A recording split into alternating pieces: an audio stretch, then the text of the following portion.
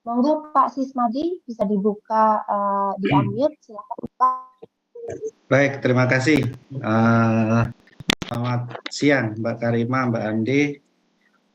Terima kasih waktunya. Saya izin bertanya terkait kembali lagi sebenarnya proporsi ataupun komposisi penilaian.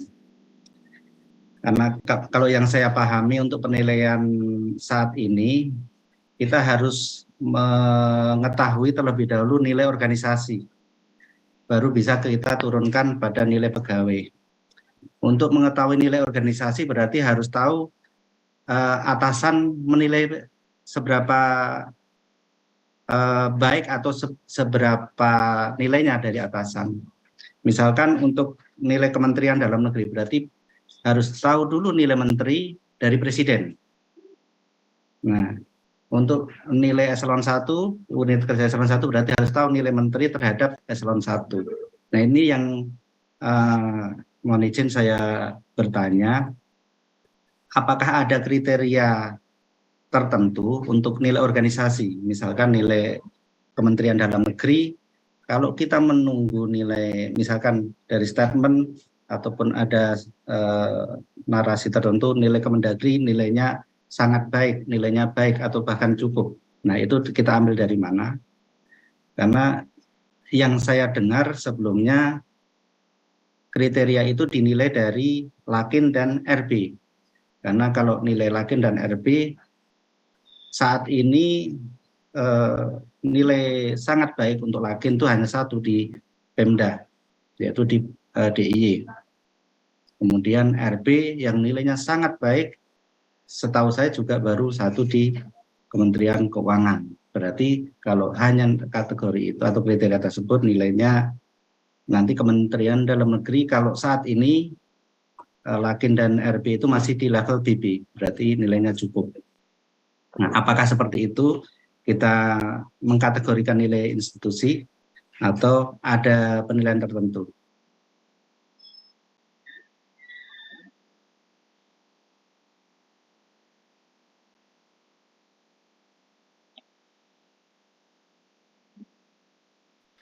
Kemudian untuk distribusi tadi,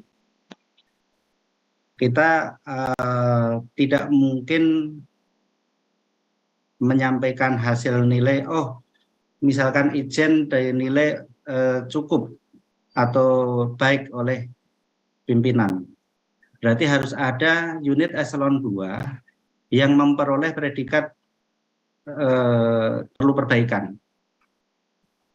Nah, unit eselon 2 ini apakah pejabatnya atau pegawai yang ada di unit eselon 2 tersebut? Nah, mungkin itu yang menjadi kegelisahan dan kegalauan kami selama ini. Terima kasih Mbak Andi, Mbak Karima. Baik, terima kasih Pak Siswandi. Mudah-mudahan setelah ini tidak galau lagi. Nanti coba dijawab oleh Mbak Ande ya Mbak ya. Jadi ada 2 pertanyaan. Yang pertama, apa ada kriteria tertentu untuk menilai predikat kinerja organisasi? Ini sebetulnya diambil dari mana? Apakah dari Lakip atau dari nilai RB? Nanti bisa dijelaskan oleh Mbak Ande. Kemudian pertanyaan yang kedua ini terkait dengan kalau seandainya nilai di contohnya di Itjen, misalnya di Itjen Kemendagri ini baik, maka harus ada unit eselon 2 di eselon 2-nya yang dapat predikat kinerja butuh perbaikan. Mungkin Mbak Andi bisa menjelaskan lagi. Silakan Mbak Andi. Ya, terima kasih atas pertanyaannya Pak Siswandi. Mohon izin untuk menjawab. Jadi untuk penilaian kinerja instansi itu kami tidak mengatur di dalam SE ini ya Pak. Karena SE ini juga sebetulnya kebijakan yang bersifat transisi seperti itu.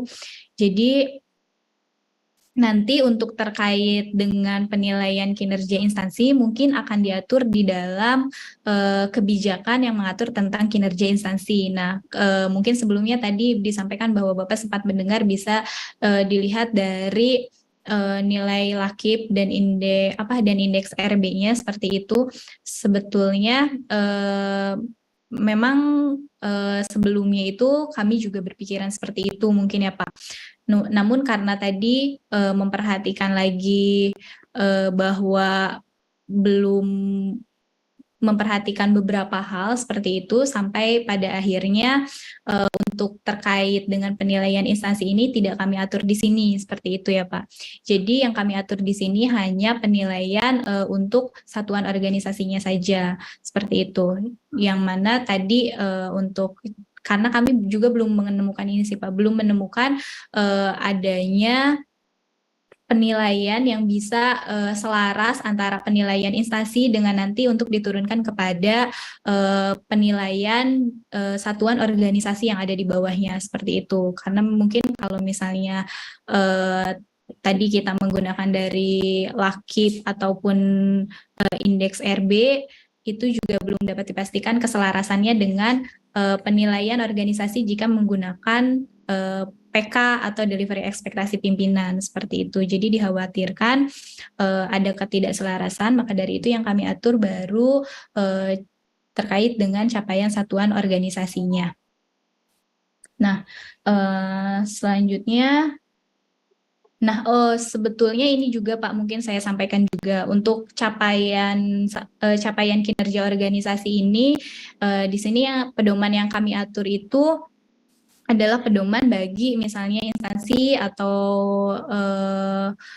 Pemda atau mungkin instansi pusat yang belum memiliki pedoman sama sekali ya Pak, belum memiliki instrumen, belum tahu bagaimana harus menilai capaian kinerja organisasi gitu, sehingga mereka belum bisa menetapkan apakah satuan organisasi yang ada di instansinya itu harus diberi predikat apa gitu. Makanya di sini baru kami berikan pedoman. Tapi kalau misalnya mungkin Bapak Ibu sudah memiliki instrumen penilaian capaian kinerja yang lebih mungkin yang lebih mapan daripada apa yang kami atur di sini itu dan sudah ditetapkan oleh misalnya pimpinan Bapak Ibu atau ditetapkan di dalam peraturan di lingkungan instansi Bapak Ibu, itu dipersilakan tetap menggunakan instrumen yang ada seperti itu Bapak Ibu. Jadi ini lebih ke membantu bagi instansi-instansi yang memang belum memiliki instrumen sama sekali seperti itu.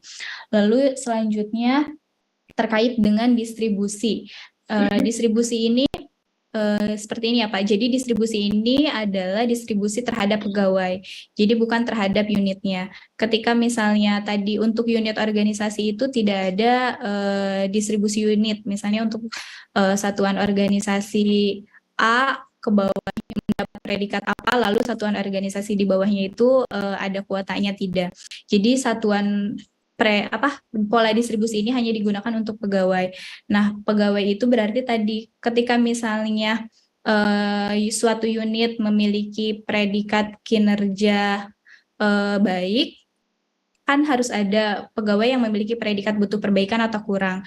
Itu dipersilakan kepada pegawainya, bukan kepada unitnya, bukan kepada unit yang ada di bawahnya. Jadi kalau misalnya di bawah eselon 2 misalnya atau di bawah eselon 1 ada 5 eselon 2 itu predikat kinerja eselon 1-nya misalnya baik ya Pak. Nah, 5 unit eselon 2 di bawahnya ini dipersilahkan tergantung penilaian pimpinan, bagaimana capaian PK-nya, bagaimana unit-unit tersebut bisa mendeliver ekspektasi pimpinan tersebut, dan bagaimana proses kerja yang ada di unit tersebut. Itu dipersilakan hanya didasarkan kepada itu, bukan kepala pola distribusi penilaiannya. Nah, sedangkan untuk pimpinan unitnya, mungkin itu barulah perlu melihat apakah ada pegawai yang memiliki predikat kinerja butuh perbaikan atau kurang seperti itu Pak. Jadi kalau unitnya dipersilakan, tetapi untuk pegawainya itu harus ada. Oke. Baik Mbak Ande, terima kasih. Jadi terjawab ya Pak Sandi tadi untuk yang pertanyaan nomor 1 bahwa memang ini kebijakan transisi begitu sampai nanti ada kebijakan mungkin berupa peraturan Menteri RB juga terkait dengan penilaian kinerja organisasi. Terima kasih Mbak Ande. Untuk pertanyaan kedua juga tadi sudah